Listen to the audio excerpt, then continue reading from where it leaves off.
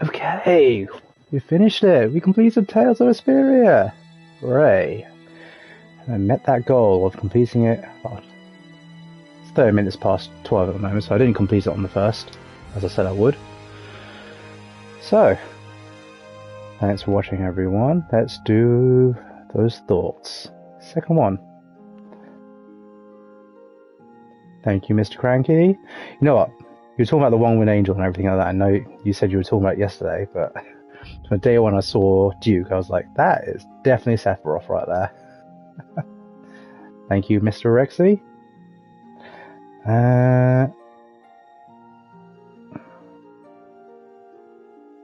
Trying to find my notes. Cool. Right. So, a little recap on my thoughts right there. Ideally, I would have done this in the credits section, but it is what it is.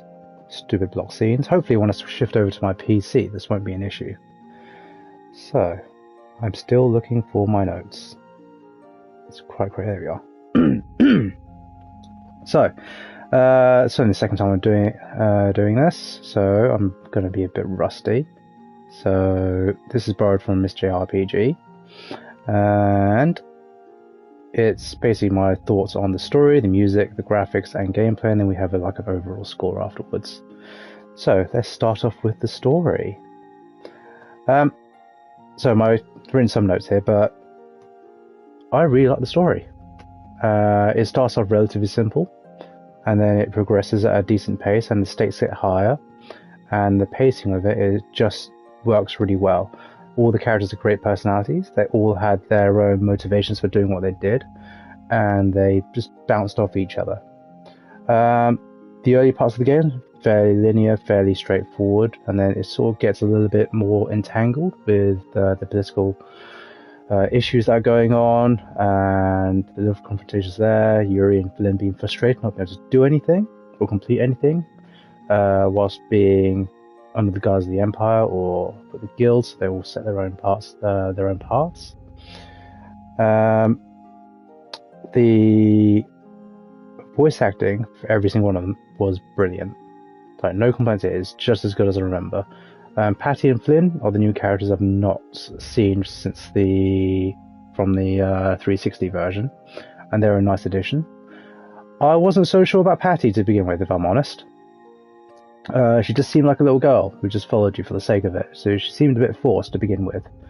But I do quite like where they wrap it up on the very final chapter, where she gets her own little arc, she goes back onto the ship, and you find out the secrets about her. I shan't say it here, just in case, but that was nice. So she went from like a 1 or 2 character to like a 10 for me, and sort of like on level with everyone else. What else did I write? The skits were also as good as I remember, voice acted, the motions across them, like whilst you're just in the field, and they just tell their little stories. It does a little sort of like party building, so that you understand a little bit more about their personalities, like Estelle's naiveness, Rita coming out of her shell, learning to show off her feelings a little bit more for Estelle. Yuri sort of doesn't really change. He's just the guy. Talking to Mr. Cranky about it, he's just that guy. He doesn't really change that much. Just sets off, he knows what he's going to do, and he's doing it. Everyone else has their own little arcs. Obviously, Repeat doesn't. He's just the doggo who hangs around. So, yeah. What else did I write about the story? That was it for the story, actually. So, story-wise, it's aged pretty well, so do I have any complaints about it at all? No. Yuri did have a small arc, actually, think about it, where he goes around, he does his straight man thing, he gets the job done. When he finally offs a few important characters, go into like the Sith mode, I'll call it for now, that was really good. He's not afraid to do that, and you don't see many protagonists do that, especially in JRPGs, so I'm very happy there's like a darker side to it. So, are there any cons to the story? Was I frustrated with anything about it? No, so I suppose I'll give the story 10 out of 10 because I have no reason to, I can't think of any good reason to lower that down any further. Oh, you can?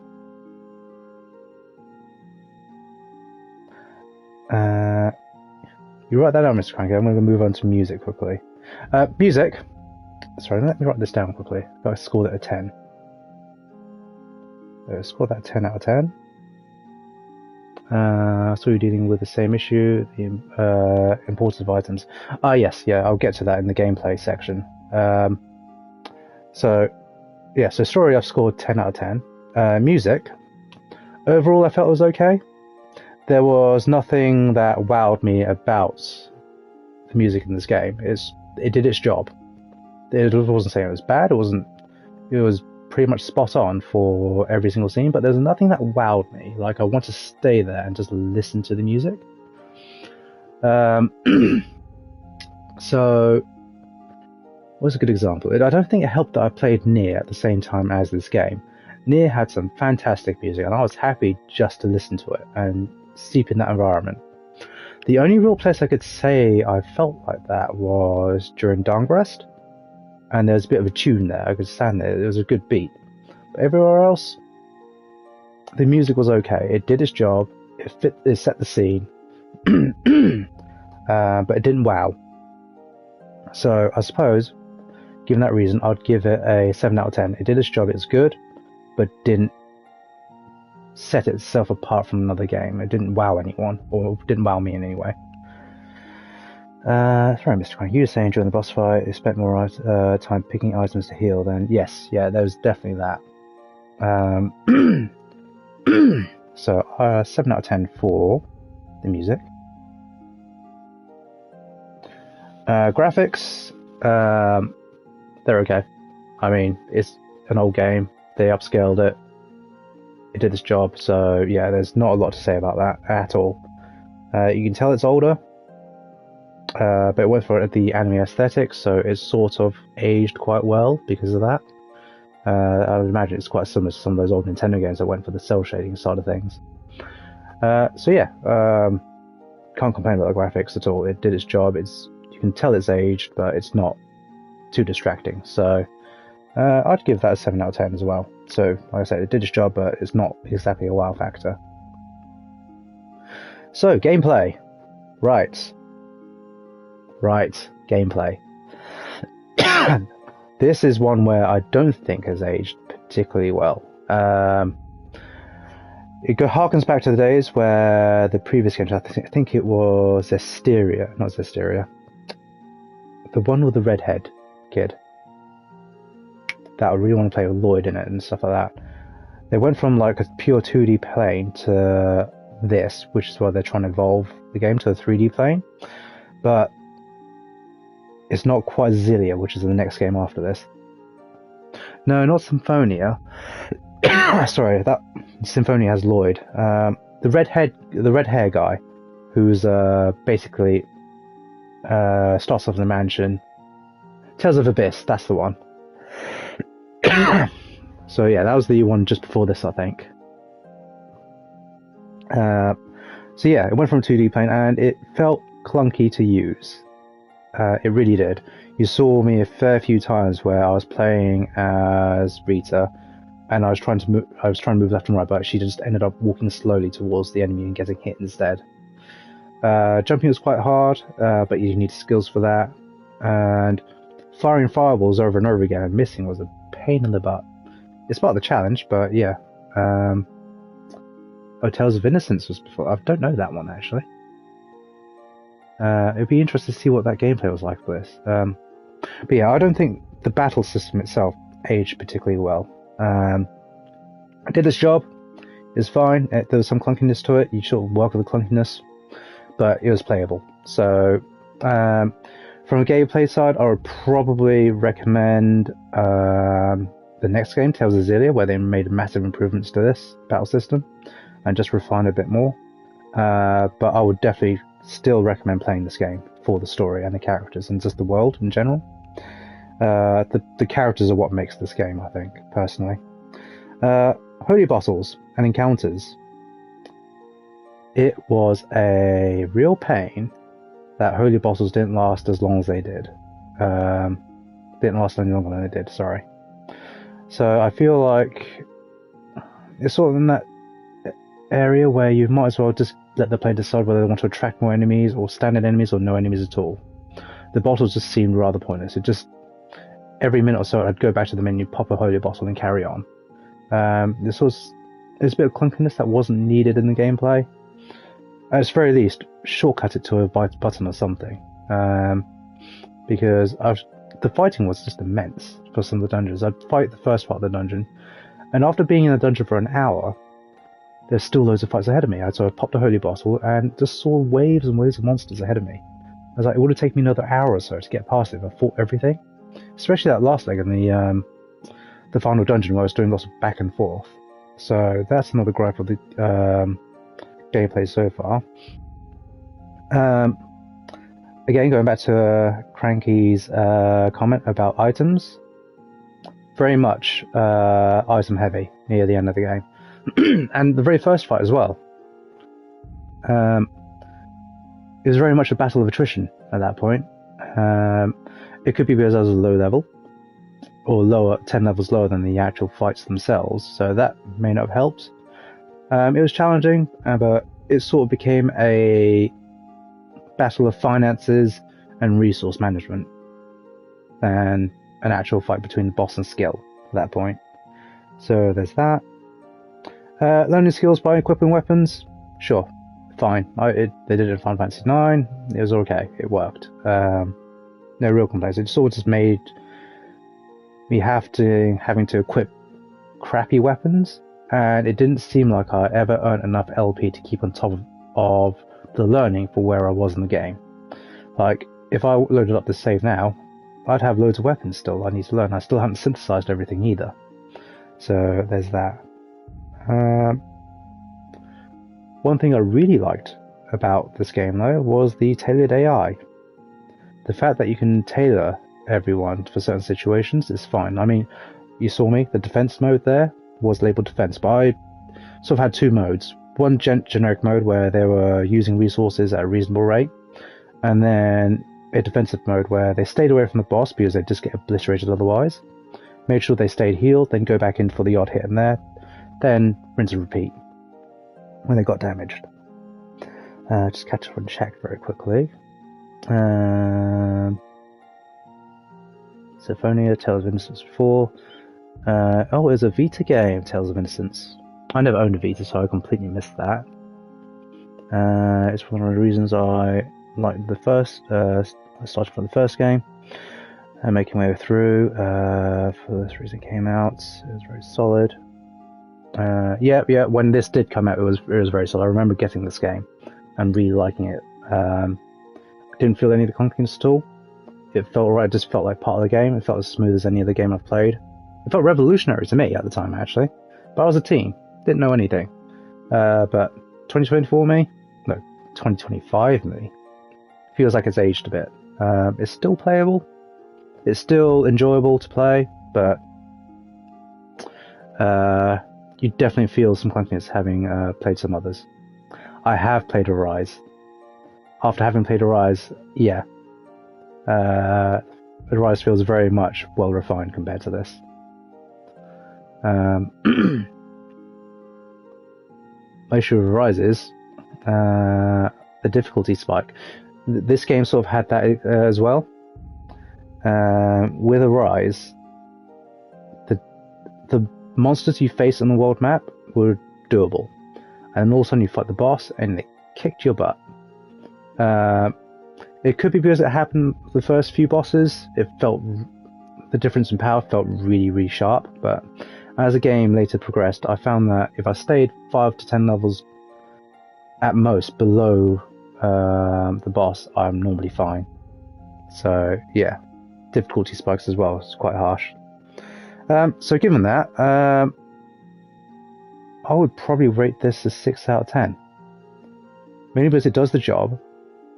It's not terrible, but it has aged. And there are some design choices there that is a little bit more clunky than I'd like for a game of today's age. So that's where we are with that. 6 out of 10. So, summary of overall enjoyment, pros and cons. Given all the negativity I just spouted out, I really like this game still. The battles, although clunky, are fun. They get a bit tedious after going through it over and over again. But the characters and the story, they are what do it for me. It's a brilliant cast. I would highly recommend it for any other person. And I'll just play this game. Even if you just decide to do it on easy, play it purely for the story and listen to the bands. It's really good, just for that. Is it nostalgia kicking? Maybe. It could well be that. But I feel like I would feel the same if I played this game for the first time and blind. So, yeah. So, overall pros and cons. Yeah, pros of the story. Story and characters. Did it. Cons, gameplay is a little bit dated aside from that.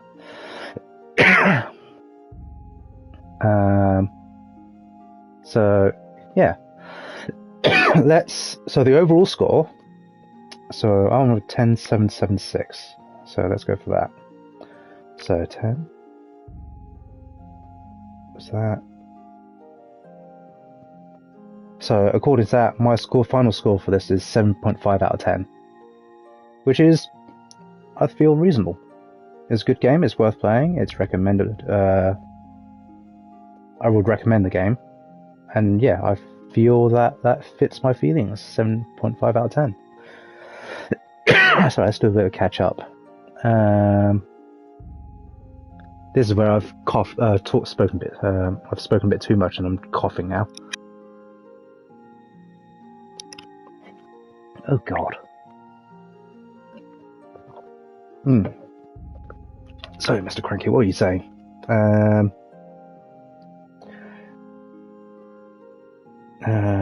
So where was I? Rexy was on. So I've got all the Tales games, just got games to beat before it. Plans to do Trails, then Persona 3, then Traits. Trails is a journey. It's a real journey. I wish you the best of luck to the Tales. They're Trails games. I've played some of them, but they're so long. But they're fun though. So, yeah. I wish you all the best. There's going to be a lot of time. Yes, have I played Rise? Yes, I have. Yeah, I do I do plan on tackling a Rise at some point. I got to the point where I got the last character for your party, and then I just stopped. I just got access to fishing as well. So that's where I was. So I need to go back and try again.